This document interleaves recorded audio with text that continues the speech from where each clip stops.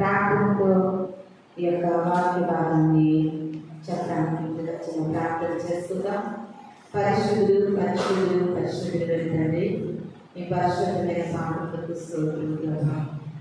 ఈ ప్రాముఖ్యమైన సమయంలో వాటిని మట్టిని ప్రభా ఈ దేహదాస్తులు కానీ సరిగ్గా నిలబడేట్టుగా పూర్తిగా నన్ను పరుగు చేసుకుని మానవుల అందరి హృదయంలో మీరు ఎదిగిన దేవుడు ప్రభా, నాకు మాతో సూటిగా తేటగా మాట్లాడి మీ రాజ్యం కొరకు ప్రభావం సిద్ధపాటు దయచేయమని సమస్తాన్ని చేతులకు అప్పగించుకుంటూ వాళ్ళ రాబోతున్న యేసు పరిశుద్ధ నామములో అడిగి వేడుకుని ప్రార్థిస్తున్నాను తండ్రి, ఆమేన్.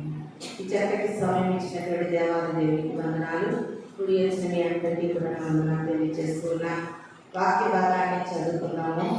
ఆదికాండము 3వ అధ్యాయం 3వ వచనాన్ని చదువుకున్నాము. అయితే తోట మధ్య ఉన్న చెట్టు ఫలములను గూర్చి దేవుడు మీరు చావకుండునట్లు వాటిని తినకూడదని వాటిని ముట్టకూడదని చెప్పినని సర్పముతో అనిచారు. ఈ యొక్క వాక్య భాగము సండే స్కూల్ పిల్లల దగ్గర నుండి అందరికీ కూడా తెలిసినటువంటి వాక్యం.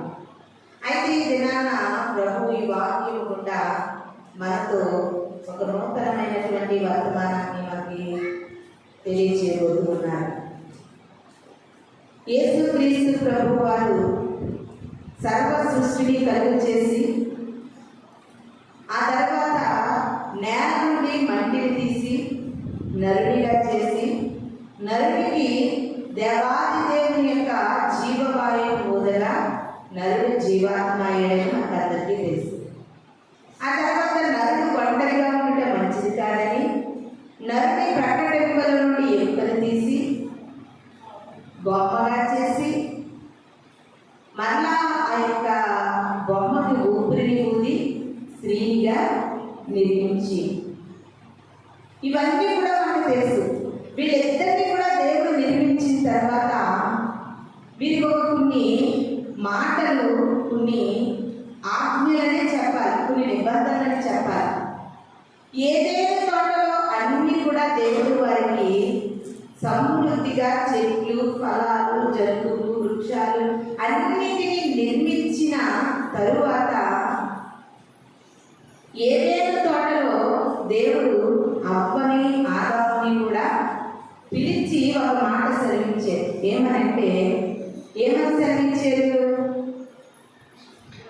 ఈ తోటలో ఉన్నటువంటి సమస్తాన్ని కూడా మీరు ఈ ఫలాలన్నీ మీరు తినవచ్చు, కానీ ఒక చెట్టు ఫలము మాత్రము మీరు తినకూడదట.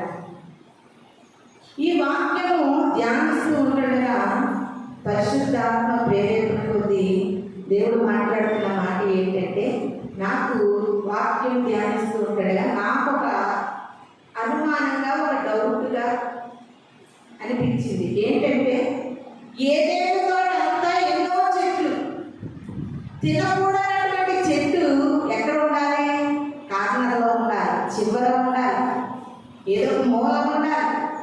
కానీ ప్రభు తినొద్దు అన్న చెట్టుని ఎక్కడ ఉందని చెప్తున్నారండి? తోటంతటికి మధ్యలో ఉందంట. తోటంతటికి కూడా మధ్యలో ఉంది. మధ్యలో ఉన్నటువంటి ఆ చెట్టు ఫలాన్ని తినకూడదు అని సెలవిస్తే సర్పము యుక్తిగా ప్రవర్తించి హవ్వతో మాట్లాడి ఆ తోట మధ్యలో ఉన్నటువంటి ఫలము తినేటట్లుగా అపవాది ప్రేరేపిస్తే అవ్వమ్మ తిన్నారు. తినడం ద్వారా వారు ఏమయ్యారంటే, ఇక్కడ మనకు వాక్యం సెలవిస్తుంది. అది ఎందుకు దేవుడు ఆ మధ్య ఉన్న ఫలముల గురించి దేవుడు అంటున్నారండి, మీరు చావకుండానట్లు ఆ ఫలములు మీరు తినకూడదు, ప్లస్ ముట్టుకోకూడదు. బలేటండి బాబు, సినిమాలు చూడద్దంటే ఆ సినిమాల్లోని ఆడి విధంగా ఉన్నాడని ఆడు చెప్పినట్టు మేంగా చెప్పారు. జస్ట్ మా హృదయానికి సంతోషం కోసం కొద్దిసేపు చూడటం అంటే. సినిమాల్లో చేసినట్టు మేము చేయట్లేదండి, సీరియల్స్లో చేసినట్టు మేము చేయము. మేము దేవుని బిడ్డలుగానే బ్రతుకుతాం, కానీ అప్పుడప్పుడు మనసుకు తృప్తి కోసం, సంతోషం కోసం సినిమాలు, సీరియల్స్, ఇంకా ఏమేమి ప్రోగ్రామ్స్ ఉంటాయి, జబర్దస్తి, కామెడీలు ఉంటాయి కదా, ఇవన్నీ జస్ట్ మనసు సంతోషం కోసమే చేస్తామండి. అలాగే మేము బయట అవి మేము చెయ్యం కదా మన జీవితంలో అని చాలా మంది మాటలు నా చెవుల్లో కడతాయి.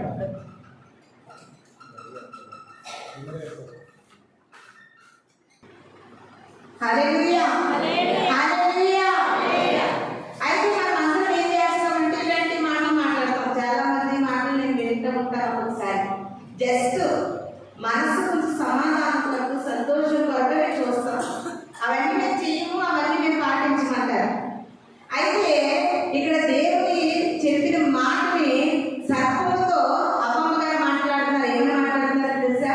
ఈ తోట మధ్యలో ఉన్న చెట్టు ఫలములు మీరు తిన్న రోజున చచ్చిపోతారు, తింటే చచ్చిపోతాం. మరి తింటే చచ్చిపోతారు అన్నప్పుడు దేవుడు తినకూడదని చెప్పచ్చు కదా. ప్లస్ ఇంకో మాటని యాడ్ చేస్తున్నారు. ఏమని? ముట్టకూడదు. ఏమని? ముట్టకూడదు, ముట్టుకోకూడదు, తినకూడదు. రెండు విషయాలను మనము ఆదాము గారు పాటించాలని ప్రభు తెలియజేస్తే అప్పుడు సాతాను కూడా అమ్మమ్మ గారితో మాట్లాడుతూ చిన్న క్లూ కూడా ఇచ్చినట్టుగా మనకు కనబడుతుంది. ఏమని కనబడుతుందంటే 5వ వచనాన్ని చదువుకుందామండి. మీరు వాటిని తినుదినమున మీ కన్నులు తెరవబడునని, మీరు మంచి చెడ్డలను ఎరిగిన వారై దేవదూతల వలె ఉందురని దేవునికి తెలియనని స్త్రీతో చెప్పారు. అయితే సర్పము కూడా అమ్మమ్మతో మాట్లాడుతూ ఏమంటుందంటే, మీరు కనుక ఫలాలు తింటే మీరు దేవదూతల వలె మారిపోతారు. అంతేకాదు, అది తిన్న రోజున మీకు మంచి ఏదో చెడేదో కూడా తెలుస్తుంది. ప్రెసెంట్ ఇప్పుడు ఈ ఆదాము అవ్వ ఈ ఇద్దరి యొక్క జంట కూడాను సాయంకాలం వేళప్పుడు ప్రభు వారు ఏదైనా తోటలోకి వచ్చిన తర్వాత ప్రభువుతో కలిసి మాట్లాడుతూ సంతోషిస్తూ ఆనందిస్తూ ఉండేవారు. దీన్ని బట్టి మనకు ఏమర్థమవుతుందంటే, వారు ప్రభువుని ప్రతి సాయంకాల సమయంలో కలుసుకుంటున్నారు కాబట్టి అక్కడ వీరు మంచి వారు అని అర్థమవుతుంది. హల్లెలూయా, హల్లెలూయా. ఇప్పటి వరకు వీరికి ఒక విషయమే అర్థమైంది, ఏంటి? వీరు మంచివారు.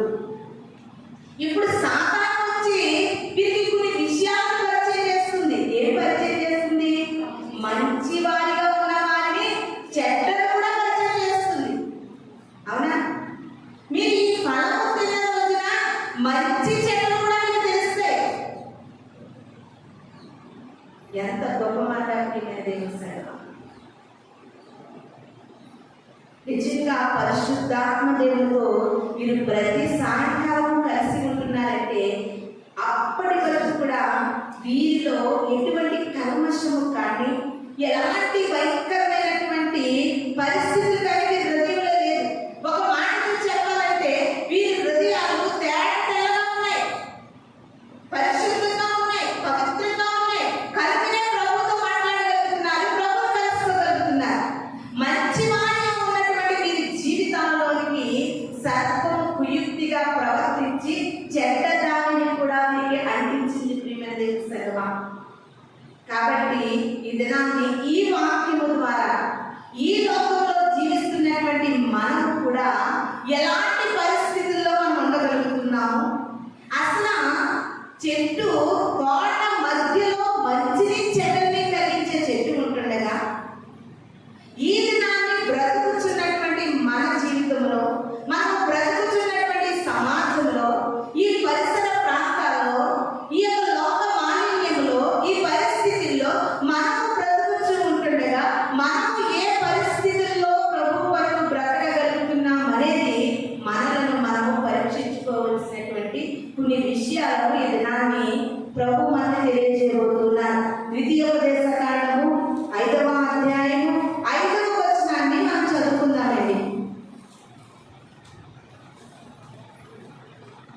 ద్వితీయోపదేశకాండము 5వ అధ్యాయము 5వ వచనము. గనుక యెహోవా మాట మీకు తెలియజేయుటకు నేను యెహోవాకును మీకును మధ్యలో నిలిచి ఉండగా యెహోవా ఎలాగో సెలవిచ్చెను. హల్లెలూయా, హల్లెలూయా. మోషే గారు మాట్లాడుతూ అన్నారండి,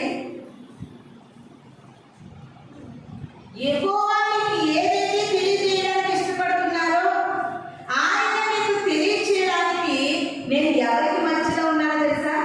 యెహోవాకును మీకును నేను మధ్యలో ఇక్కడ ఉన్నాను.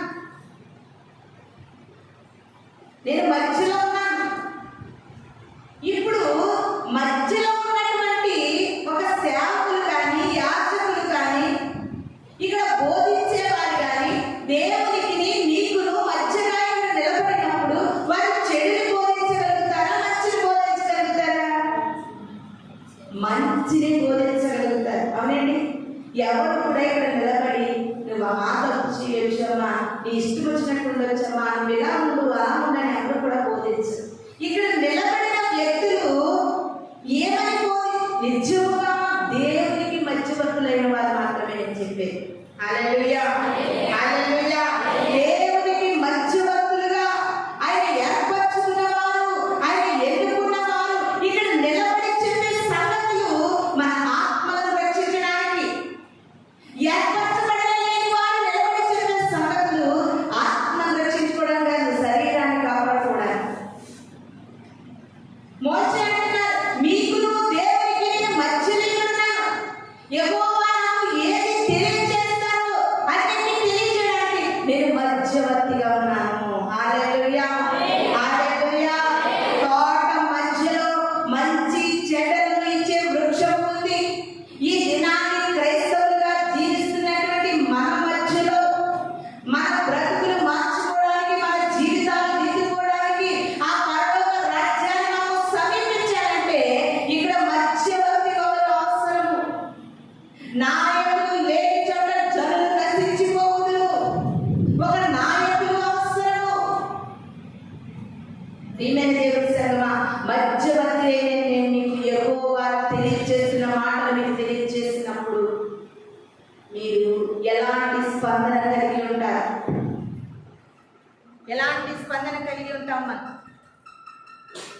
హల్లెలూయా, హల్లెలూయా.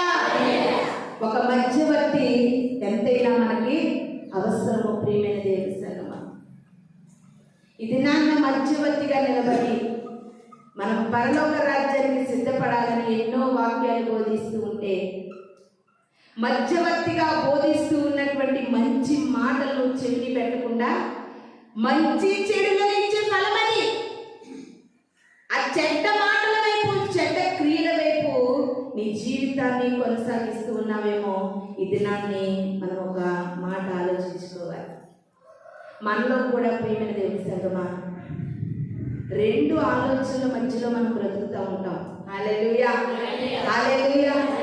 మనిషిగా పుట్టి మానవుడిగా ఈ భూమి మీద ఉన్నటువంటి ఒక పేరు ప్రఖ్యాతులు ఉన్నటువంటి సంపన్న స్థితిలో ఉన్న వ్యక్తి నుండి కడు పేద స్థితిలో ఉండే వ్యక్తి వరకు కూడా ఈ దినాన వ్యక్తి మధ్యంతరాల జీవిస్తూ ఉన్నాడు. ఎలాగో తెలిసిన, ఏ విషయంలోనైనా, ఏ తలంపుల్లోనైనా రెండు తలంపుల మధ్య ప్రతి వ్యక్తి కూడా కొట్టిమెట్టులాడుతూ ఉన్నాడు.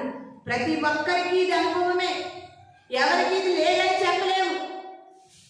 ఇప్పుడు మనం ఉన్నామనుకో, ఏదైనా పని చేయాలనుకో, చెయ్యాలా వద్దా మనం మధ్యలో ఉంటాం. ఆలోచనలు రెండు ఇటు అటు ఉంటాయి కదా.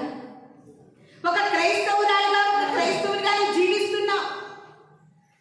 పాపమే నీ ఎదుటకు వచ్చింది. దేవునికి అయిష్టమైనదే నీ కళ్ళ ముందు ఉంది. దేవునికి నచ్చనిదే నీ ప్రక్కన ఉంది. దేవునికి ఇష్టం లేనిదే నీలో ఉంది. నువ్వు రెండు తలంపులతో ఆలోచిస్తావు. చెయ్యాలా వద్దా, వెళ్ళాలా వద్దా. ఈ దినాన్ని అనాది కాలంలో తోట మధ్యలో ఉంది చెట్టు.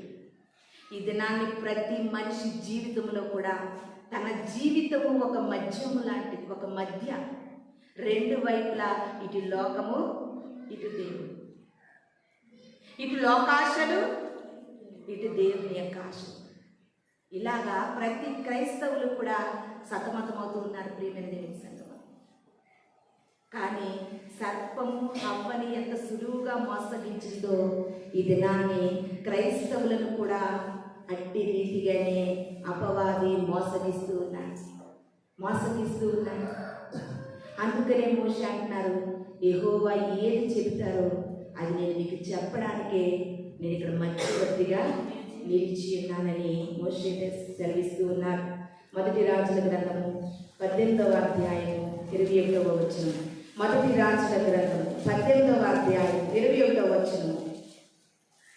ఏలియా జనులందరి దగ్గరకు వచ్చి ఎన్నాళ్ళు మట్టుకు మీరు రెండు తలంపుల మధ్య తడబడుచుందురు.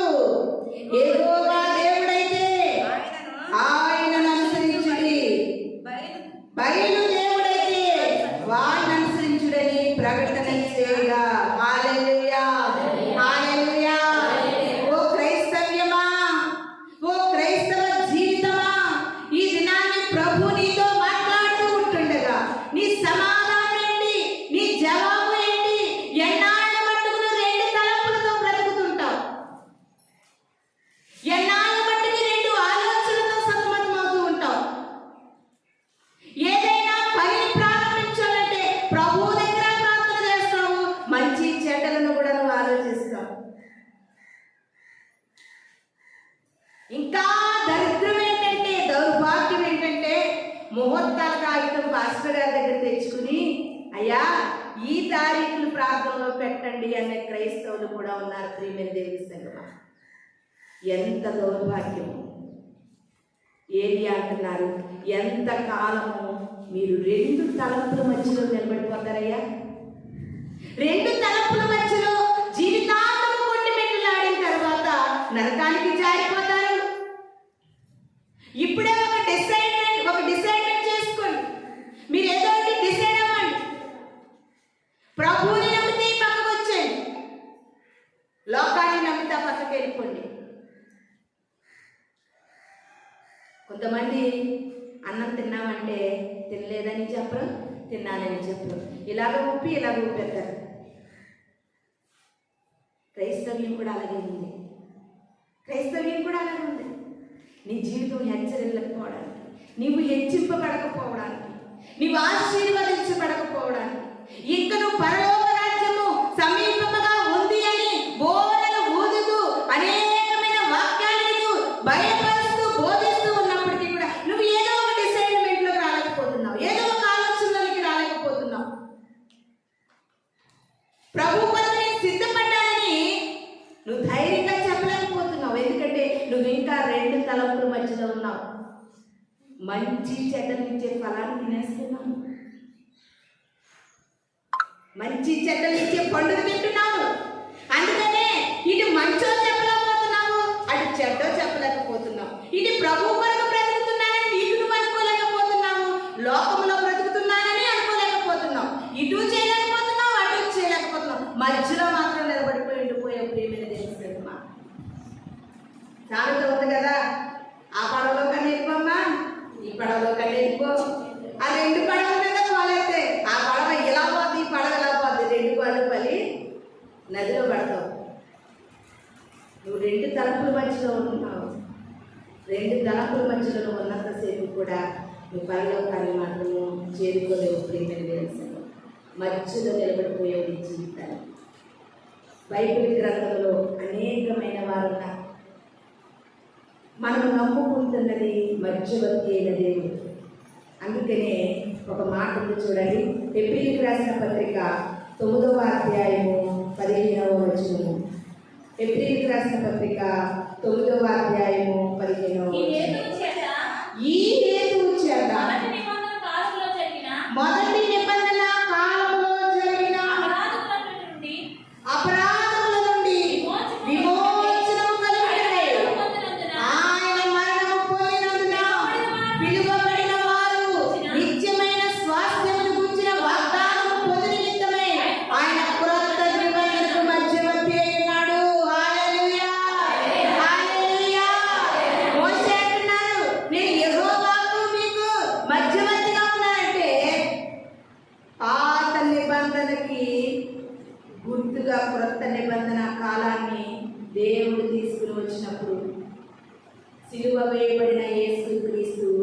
మధ్యవర్తిగా ఉన్నాడు. దేనికి? క్రొత్త నిబంధనకి. దేనికండి? క్రొత్త నిబంధనకి.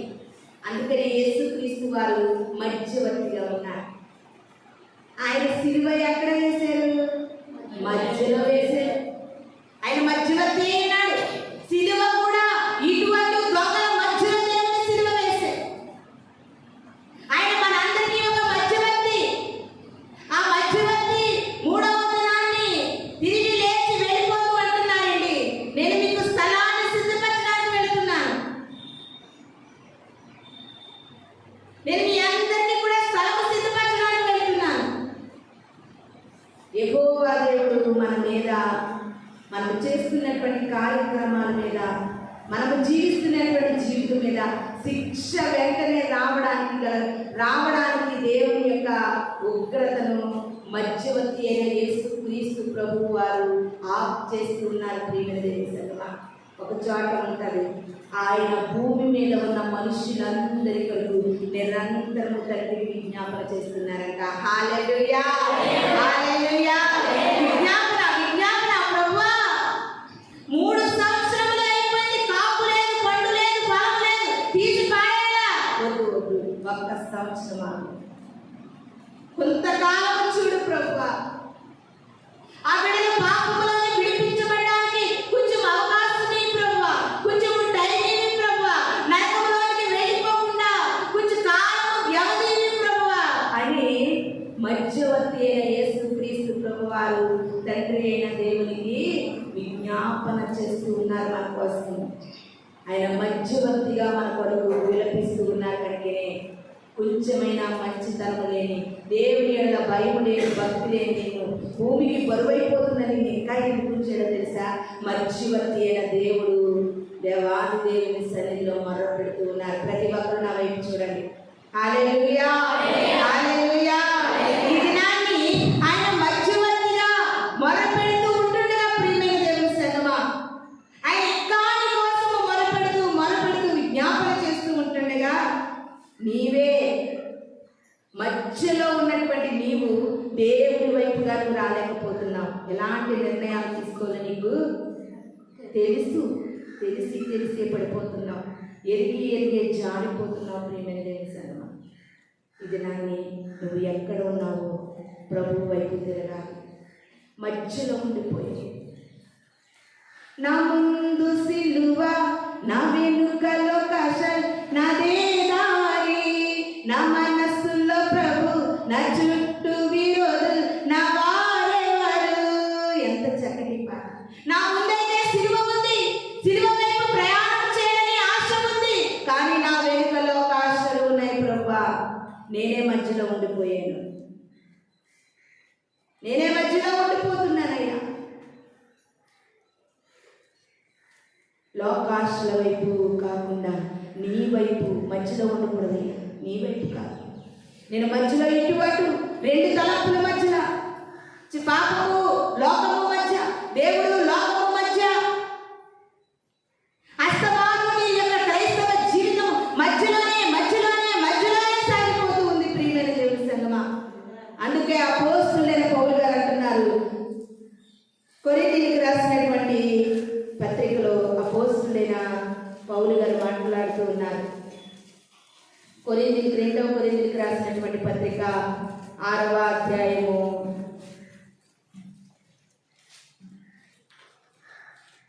14 నుండి కొన్ని వచనాలు చదువుకుందాం. నీతికి దుర్నీతితో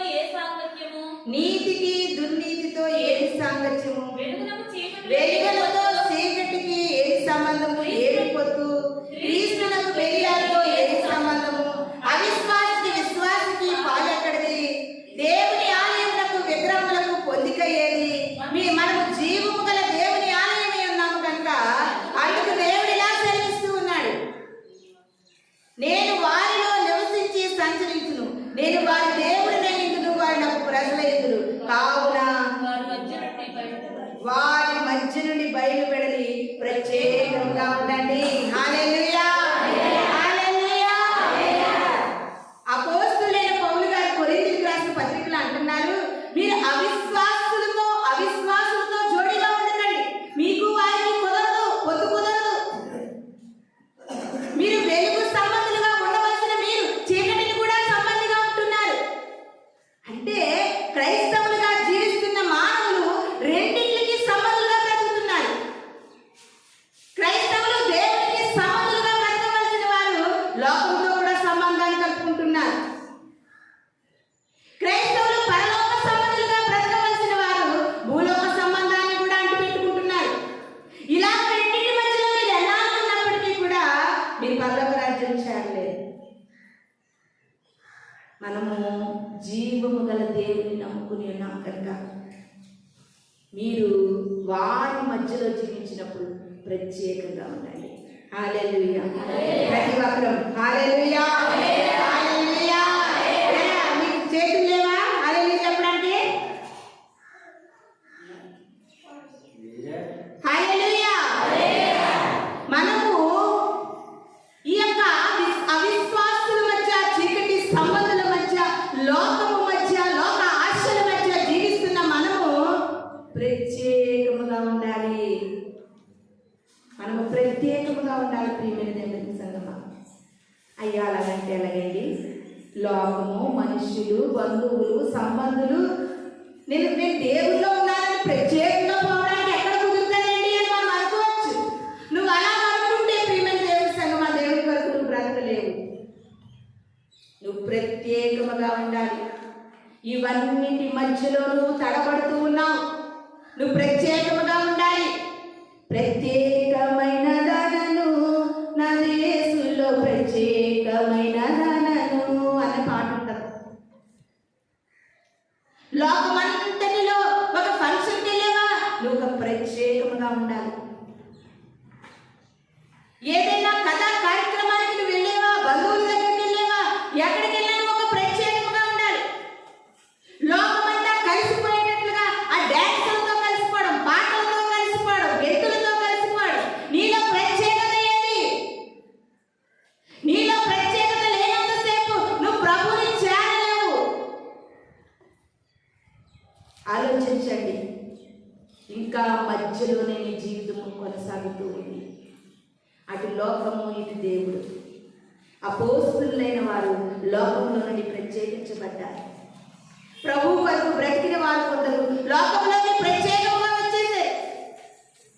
ఒక అన్య దేశస్తురాలు మోయాబీయురాలైన రూతు వారి యొక్క విగ్రహారాధన నుండి, అన్య దేశం నుండి ఈ యొక్క బెత్లెహేముకు వచ్చేసిందండి. దేవుని వైపు ప్రత్యేకంగా వచ్చేసింది. 3 బారిన జీవితాన్ని దేవుడు జీవింపచేశాడు. హల్లెలూయా హల్లెలూయా. నీ బ్రతుకులో నీకు స్థిరత్వం లేదు. నీ బ్రతుకులో ఒక ప్రత్యేకత లేదు. నువ్వెప్పుడు ఆశీర్వదించబడతావు, ఎప్పుడు ప్రభు వరకు నువ్వు నిలబడతావు ప్రియమైన దేవుని సంగమా. ప్రత్యేకంగా ఉంది రూతు. నిజంగా రూతు అమ్మ జీవితాన్ని దేవుడు ఇష్టపడ్డాడు.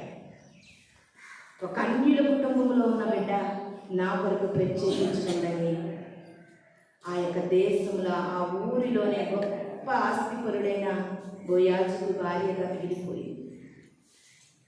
ఇది నా నువ్వు ఏ ఎండకా గొడుగు, ఏ గాలి కాదు, నువ్వు ప్రత్యేకంగా ఉండాలి ప్రియమైన దేశం.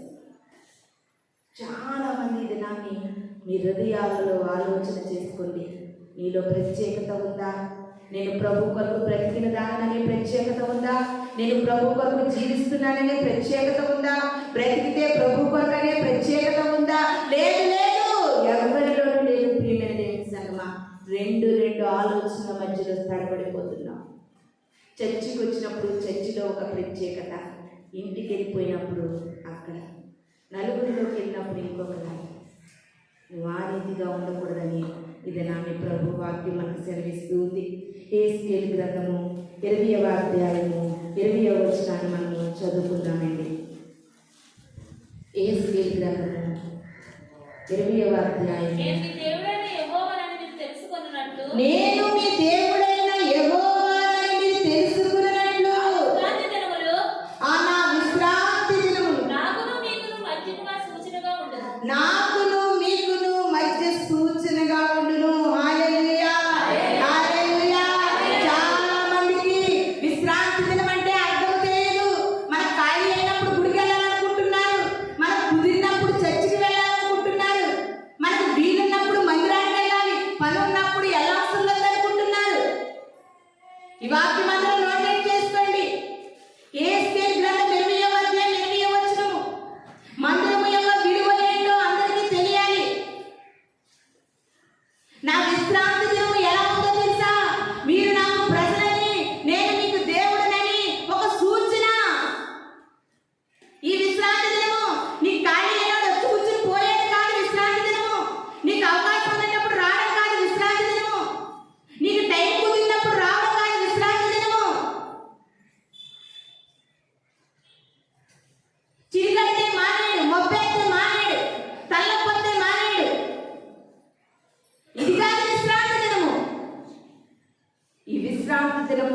నీకును నాకును మధ్య సూచనగా ఉంది.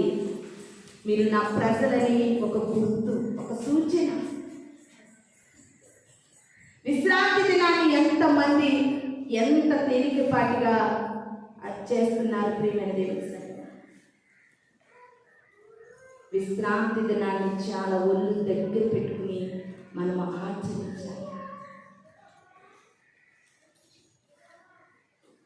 అలా నువ్వు చేయగలిగితే నీ జీవితంలో ఎన్నో మేలు, ఎన్నో అద్భుతాలు, ఎన్నో గొప్ప కార్యాలను చూడాలి. ముందు నువ్వు ఒక ప్రత్యేకమైన స్థితిలోకి రావాలి. నువ్వు ప్రత్యేకించబడాలి. ఒక్క దినము దేవుని సన్నిధి మానేస్తే 1000 దినాల ఆశీర్వాదాలు కోరుకుంటున్నావు తెలుసా? ఒక్కరోజు పని కోసం నువ్వు ఆలోచిస్తున్నావేమో ప్రియమైన దేవుని సంగమా. జాగ్రత్తగా ఆలోచించండి. విశ్రాంతి దినము మా దేవుడు అని చెప్పుకునేటటువంటి ఒక సూచన. ఆయన అంటున్నారు, ఇదిగో నా సన్నిధిలో ఉన్నారు నా ప్రజలని ఆయన అంటున్నారు. ఇదిగో క్రైస్తవులే ఆయా చోట్ల ఉన్నారు, ఆయా పనుల్లో ఉన్నారు, వారు నా ప్రజలని ఆయన ఎలా చెప్పగలుగుతారండి?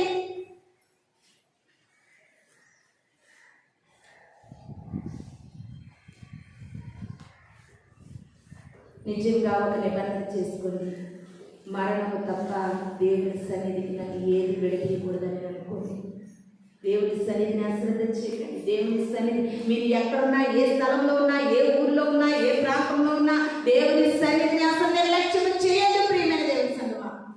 ఇక్కడికనే కాదు, మీ వీలుని బట్టి అక్కడ ఏది ఉంటే దానికన్నా మీరు వెళ్ళిపోవాలి. ఎందుకంటే అది మనకి ఒక సూచనగా ఉంది. ఇంకొక మాటను చదువుకుందాం. యెహోషువ గ్రంథము 7వ అధ్యాయము 13వ వచనం. యెహోషువ గ్రంథము 7వ అధ్యాయము 13వ వచనం.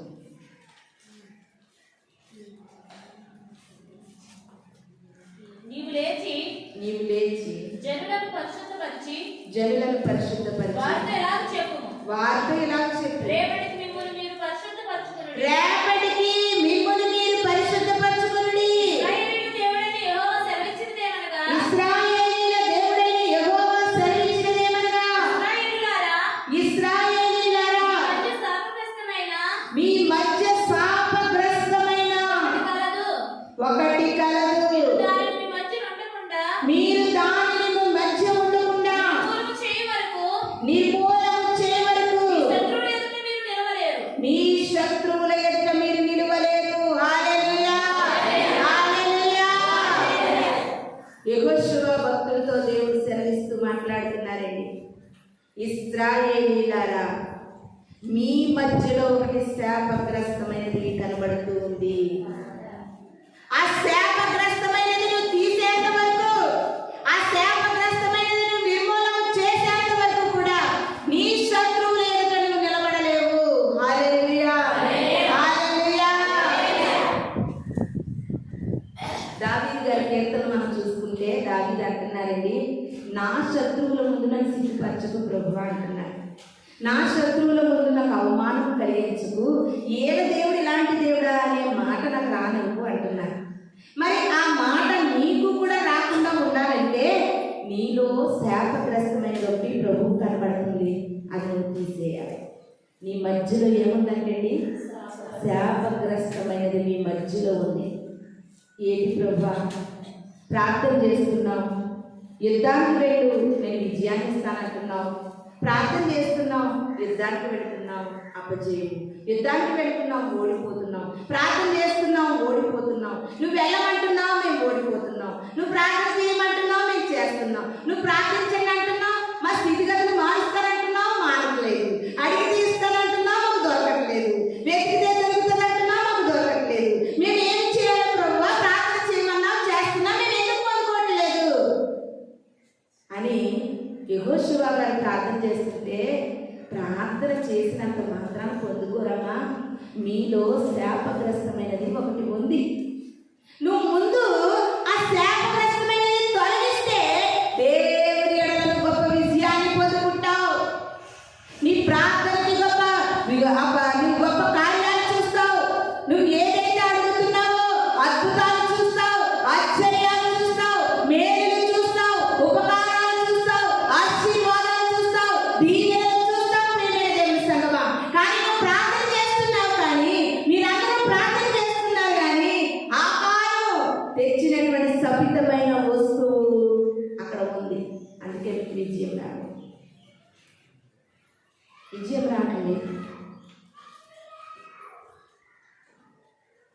మరి ఏం చేయాలి అప్పుడు? తీసే శపితమైన దానిని నిర్మూలన చేసి అప్పుడు నీ శత్రువుల ముందు నేను తలగా నిలబెడతాను. హల్లెలూయా, హల్లెలూయా. అసలైంది వదిలేస్తావు. అన్ని మంచిగా మంచి మంచి మసాలా వేసి మంచి కర్రీ చేస్తావు. అసలైన ఉప్పు మాత్రం వేయవు. రుచి ఎక్కడ వస్తుంది? ఓ ప్రార్థన ప్రార్థన ప్రార్థన చేస్తున్నావు, తప్పు కాదు. అసలైనది విడిచిపెట్టలేకపోతున్నావు. శాపగ్రస్తమైనది నీలోనే ఉంచుకున్నావు. దేవునికి అయిష్టమైనది నీ హృదయంలో పెట్టుకున్నావు. మరి శత్రువుల ముందు నిన్ను తలగా ఎలా నిలబెట్టగలుగుతాడు? ఆయన అందరి ముందు నిన్ను విజయంగా ఎలా నిలబెడతాడు? ఆలోచన చేస్తున్నావా ప్రియమైన దేవుని సంగమా? ఆయన వాగ్దాన పూర్ణుడు. ఇందులో పొందుపరిచినటువంటి వాగ్దానాలలో సున్నా పొల్లు కూడా తప్పిపోదు. ఆ వాగ్దానాన్ని ఎత్తుపెట్టి చేస్తున్నావు, మంచిగానే ఉంది. ఆ వాగ్దానం పొందుకోవడానికి కూడా నీవెలా ఉన్నావో కూడా నీవు ఆలోచించు. మధ్యలో ఉండిపోయి నేను వెళ్ళకూడదు అనుకున్నానండి, వాళ్ళే తీసుకెళ్ళిపోయారు. మధ్యలో ఉన్నా తీసుకెళ్ళిపోతారు. ప్రత్యేకంగా దేవుడి వైపు వచ్చి ఎవరు తీసుకెళ్తారు నిన్ను? ప్రత్యేకంగా ప్రభు వైపు వచ్చి ఎవరు పెట్టారో తినకూడదు నీకు. నువ్వు మధ్యలో ఉన్నావు కనుకే అవ్వమ్మ తిన్నట్లుగా తినేయడానికి నువ్వు అవకాశం ఇస్తున్నావు అపవాదికి. ఆ యొక్క అపవాది ముందు దేవుడు నిన్ను విజయముతో తలగా నిలబెట్టాలంటే, నీ భవిష్యత్తును కూడా ఉన్నతంగా నిలబెట్టాలంటే దేవుడు నువ్వు రెండు అడుగుల మధ్యలో ఉండకూడదు. ఒకవైపు ఒక సైడ్కి వచ్చి చల్లగానైనా ఉండు, వెచ్చగానైనా ఉండమా, నువ్వు వెచ్చగా ఉండకు, ఉమ్మి వేసి పడతానంటాడు దేవుడు. మన క్రైస్తవుల జీవితాల్లో అందరినీ కూడా మనం ఆలోచన చేస్తే నువ్వు వెచ్చని ఆత్మలు ఎక్కువ కనబడతా ఉన్నాయి ప్రభుకి. జాగ్రత్త సుమ, నువ్వు మధ్యలో నిలబెట్టావు. మన జీవితం, మన యొక్క పరిశుద్ధ గ్రంథంలో నోవాహు గారు మధ్యలో ఉండిపోయారు. తాగుతున్నారు, తిరుగుతున్నారు, ఎంజాయ్ చేస్తున్నారు, చక్కగా సంతోషముగా ఉన్నారు. ఆ యొక్క ప్రాంతంలో నోవాహు గారు మాత్రం ప్రత్యేకంగా వచ్చారు. అందుకనే అందరూ జలంలో కొట్టిపోయినప్పటికీ కూడా ఆ యొక్క జలములలో జలమంతా కొట్టిపోయిన ప్రత్యేకించబడిన వారు మాత్రమే రక్షింపబడ్డారు. హల్లెలూయా, హల్లెలూయా. ఏం చేస్తామండి? ఇది లోకమేంటి? అబ్బా, మరి మాకు తెలియదు ఇది లోకమని. ఈ లోకములో ఆ అమ్మ చెప్తే వినాలా, ఈ అమ్మ చెప్తే వినాలి, అన్నీ విన్నా దాన్ని ఆ అమ్మ వచ్చి అమ్మా ఈ విషయం తినే అంటే తినొచ్చు కదా. ఆ విషయంలో జాగ్రత్తగా ఉన్నదాన్ని దేవుని విషయంలో ఎందుకు జాగ్రత్తగా ఉండలేకపోతున్నావు? దేవుడు అంటున్నాడు, లోకములో మీరు ఒక ప్రత్యేకముగా ఉండాలి. లోకములోనే ఉన్నారు కనుక లోక మాలిన్యం అంటకుండా బ్రతకమంటున్నాడు దేవుడు. నువ్వు ఒక ప్రత్యేకత ఉండాలి. భయంకరమైనటువంటి పట్టణము సొదొమ గొమొర్రా పట్టణం. వావి వరస లేదు, తండ్రి కూతురు లేదు, తల్లి కూతుళ్ళు లేవు, అన్న చెల్లెలు లేవు. భయంకరమైనటువంటి తప్పులు తప్పులు తప్పులు. వాళ్ళు అంటండి నడి రోడ్డు మీద కూడా భయంకరమైన పాపం చేసేవారంట. అలాంటి భయంకరమైనటువంటి పట్టణములో లోతు బ్రతకలేదా? ఒక ప్రత్యేకంగా బ్రతకలేదా? అందుకనే లోతు గారి కోసం ఒక చక్కటి మాట ఉంది చూడండి. పేతురు రాసినటువంటి పేతురు 2వ పత్రిక 2వ అధ్యాయము 8వ వచనాన్ని మనం చూసుకుందాం. పేతురు పత్రిక 2వ అధ్యాయము 8వ వచనము. ఆ నీతిమంతుడు వారి మధ్యలో కాపురం ఉండి తాను చూచిన వాటిని బట్టి వినిన వాటిని బట్టి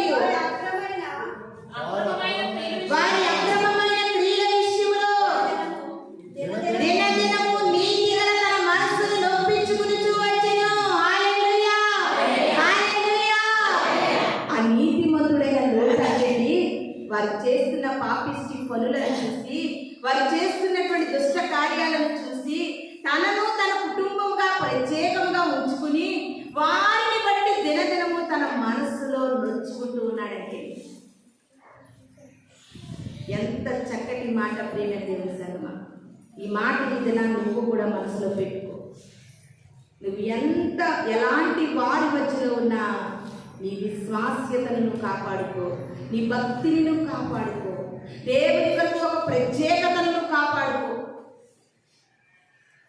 నువ్వు ఎలాంటి వారి మధ్యలో ఉన్నా నువ్వు కాపాడుకో. మేము కాకినాడలో ఉన్నప్పుడు చుట్టూ హిందువులు అన్నిల మధ్యలో నేను ఉన్నాను. అలాగని వారికి వలె మనం మారిపోతామా? మన దేవుడు అందరికీ దేవున్నతమైన దేవుడు. వాళ్ళందరూ కూడా నన్ను ప్రార్థన చేయమని ఒక ప్రత్యేకతను కాపాడుకునేటప్పుడు తలగా నిలబెడతాడు అందరికీ దేవుడు. నువ్వు ఎక్కడికి వెళ్ళినా తలగా నిలబెడతాడు, తలగా వాడుకుంటాడు. ప్రియమైన దేవుని సంగమా, నువ్వు ప్రత్యేకత కలిగి ఉండాలి. ఆ యొక్క భయంకరమైన సొదొమ పట్టణము దేవుని ఉగ్రతతో అగ్నితో కాలిపోయినటువంటి ఆ పట్టణంలో లోతు అక్కడ నీతిమంతుడే కనబడలేదా? ఆ జలప్రలయపు కాలంలో నోవాహు అక్కడ ప్రత్యేకంగా కనబడలేదా? ఈ దినాన్ని నువ్వెందుకు లోకంలో కలిసిపోతున్నావు? లోకాశలతో నువ్వు కలిసిపోతున్నావు. రంగు రంగులా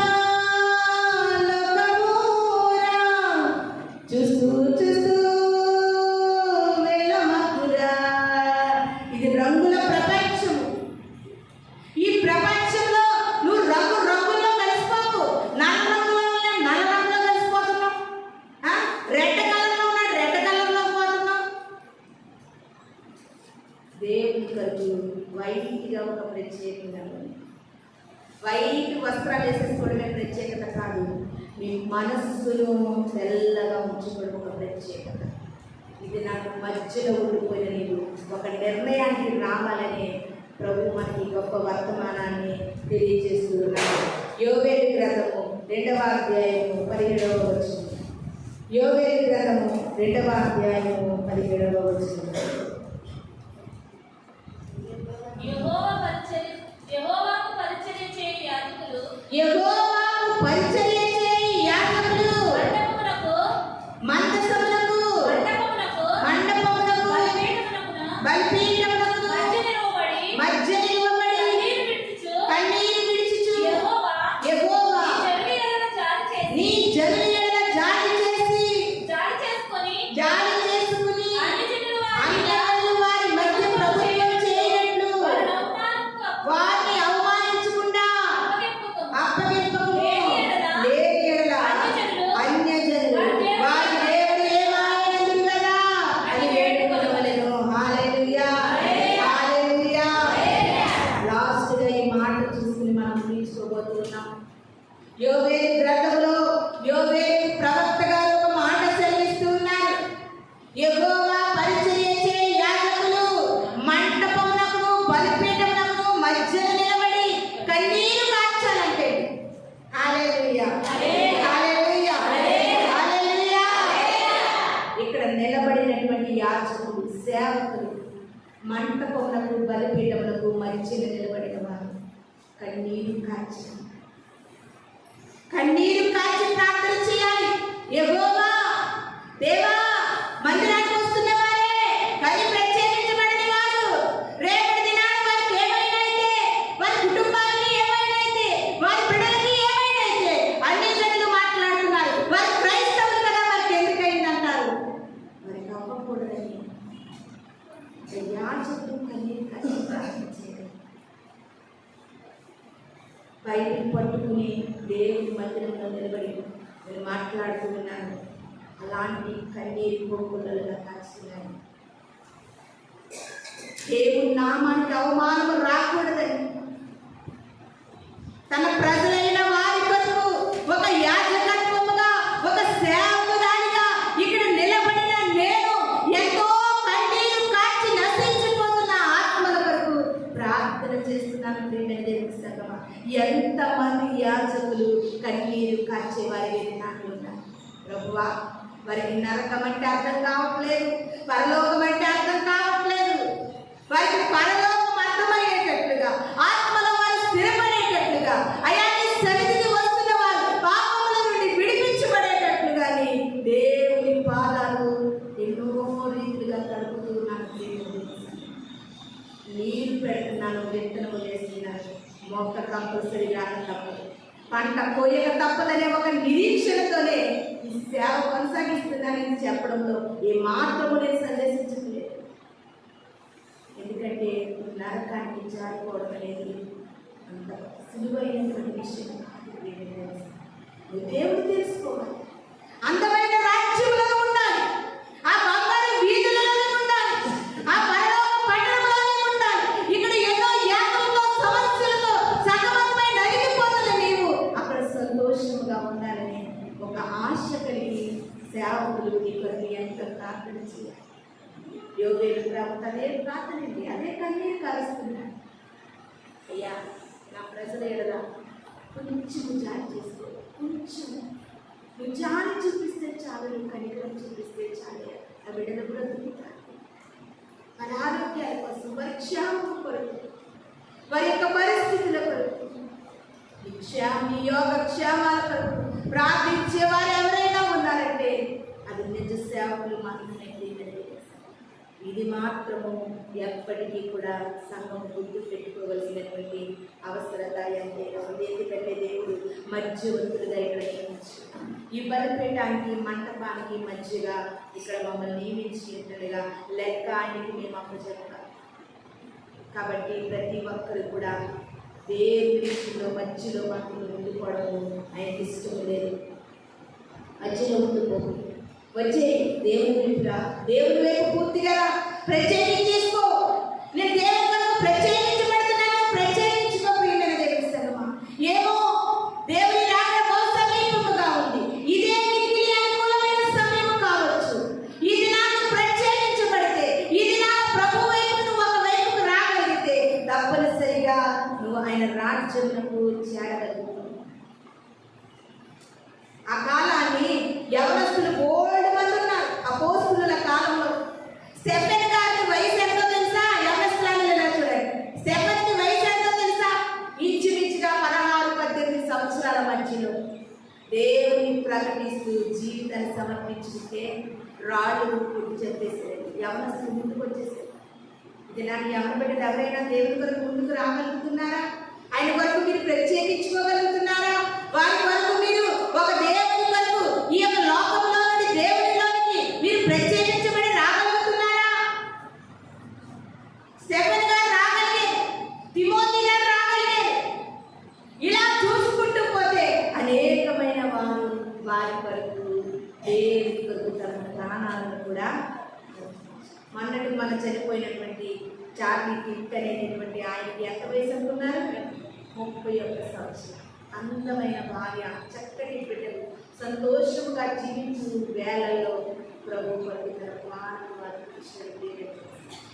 ఏముందనుకుంటున్నావు లోకంలో? ఎంతో ఉందనుకుంటున్నావు లోకంలో. ఒక్కసారి నువ్వు కలుపు వస్తే ఏమీ లేదు. దేవుడి సంగమా, ఏమీ లేదు లోకంలో. ఒక్కసారి నువ్వు కలుపు వస్తే లోకంలో ఏమీ లేదండి. అది క్రైస్తవునిగా ఎందుకు సత్యాన్ని గ్రహించుకుని ఇంకా మధ్యలోనే వెళ్ళిపోకుండా ప్రభు వైపు రాలేకపోతున్నావు? ఒక్కసారి మనసు పెట్టి ఆలోచించండి, ఒక్కసారి ఆలోచించండి. వాక్యం వింటున్న మీరందరూ కూడా ఒక్కసారి ఆలోచించు. నువ్వు పూర్తిగా దేవుని వైపు వచ్చి ఉన్నావా? మధ్యలో క్రైస్తవుడనే పేరుతో నిలబడిపోయి ఇటు లోకం పిలిస్తే లోకం వైపు, ఇటు దేవుడు పిలిస్తే దేవుడి వైపు అన్నట్లుగా మధ్యలో ఊగుతూ ఉన్నావా? ఊగుతూ ఉన్న కొమ్మ ఎటు పడుతుందో నువ్వు చెప్పగలవా? ఊగిపోతున్న కొమ్మ ఎటు పడుతుందో చెప్పగలవా? దానికి నచ్చిన వైపు పడిపోతే టైంలో ఎటువైపు దాని యొక్క బలమంతా ఒరిగింది అటువైపు పడిపోదు. ఊగుతున్న కొమ్మ, నిలబడిన కొమ్మ మధ్యలో దేవుని కొరకు నిలబడి మధ్యలో ఊగిపోతున్నావు, ఊగిసలాడుతున్నావు, ఊగిసలాడుతూ ఉన్నావు. ప్రియమైన దేవుని సంగమా, ఈ దినాన్ని ఊగిపోకూడదని, ఊగిసలాట ఆడకూడదని ప్రభువుని ఒక ప్రత్యేకంగా బలమైన కొమ్మగా నిలబెట్టాలని ప్రభు కొరకు ఒక ప్రత్యేకమైన బిడ్డగా బ్రతకాలనే ఈ వాక్యమును మనకు బయలుపరిచేటట్టుగా ఈ యొక్క వాక్యం ఆలపించిన నీవు కొన్ని ఆలోచనలు మధ్యలో నువ్వు జరిగిపోతున్నావు. ఏం చేయాలి ఇటు ప్రభువులో పూర్తిగా వచ్చేయాలా, అవ్వట్లేదు. అటు లోకంలోకి వెళ్ళిపోవాలా, అలాగా మనసు ఒప్పుకోవట్లేదని ఇక్కడ కూర్చున్న వారందరూ కూడా రెండు తలముల మధ్యలో నలిగిపోతూ ఉన్నారు. ప్రియమైన చేస్తున్నా ఇది నాకు ప్రభు వరకు ఒక నిర్ణయానికి వచ్చి నువ్వు ఒకవైపుకు ప్రత్యేకంగా నువ్వు బ్రతకగలిగితే నీ ద్వారా కొన్ని ఆత్మలు రక్షించబడతాయని ప్రభు మనతో మాట్లాడుతూ ఉంటుండగా ఇది నా వాక్యం ఆలపించినటువంటి మనకు ఒక ఆలోచన, ఒక నిబంధన, ఒక నిర్ణయాన్ని తీసుకుని ప్రభు వరకు ప్రత్యేకించబడాలని ఈ కొద్ది మాటలు దేవుడు మన వీటిలో దీవించి ఆశీర్వదించగాక. మనమందరం కూడా కళ్ళు మూసినట్లయితే చిన్న ప్రార్థన చేసుకుందాం. పరిశుద్ధుడు తండ్రి, ఈ పరిశుద్ధమైన పాదములకు స్తోత్రము ప్రభువా. ఈ యొక్క సమయంలో తండ్రి తోట మధ్యలో మంచి చెడ్డలిచ్చే ఫలములకు ప్రభువా అవ్వ ఆకర్షితురాలయ్య ప్రభువా, అయ్యా చావకుండా బ్రతికేటట్లుగా ప్రభువా తన జీవితాన్ని కోల్పోయి ఈ దినాన్ని అయ్యా లోకమునకు నీకును మధ్యలో ఎన్నో పరిస్థితుల్లో జారిపోతూ నిత్య నరకాగ్నికి మేము జారిపోతున్నామేమో. నిత్య జీవితాన్ని మేము పొందుకోవాలి. మేము చావుకున్నట్లుగా దేవా నీ వరకు ప్రత్యేకించబడి బ్రతకడానికి సహాయం దయచేయమని వాళ్ళు రాబోతున్న ఇస్తున్నాం నడిచినట్లయితే మీ అందరికీ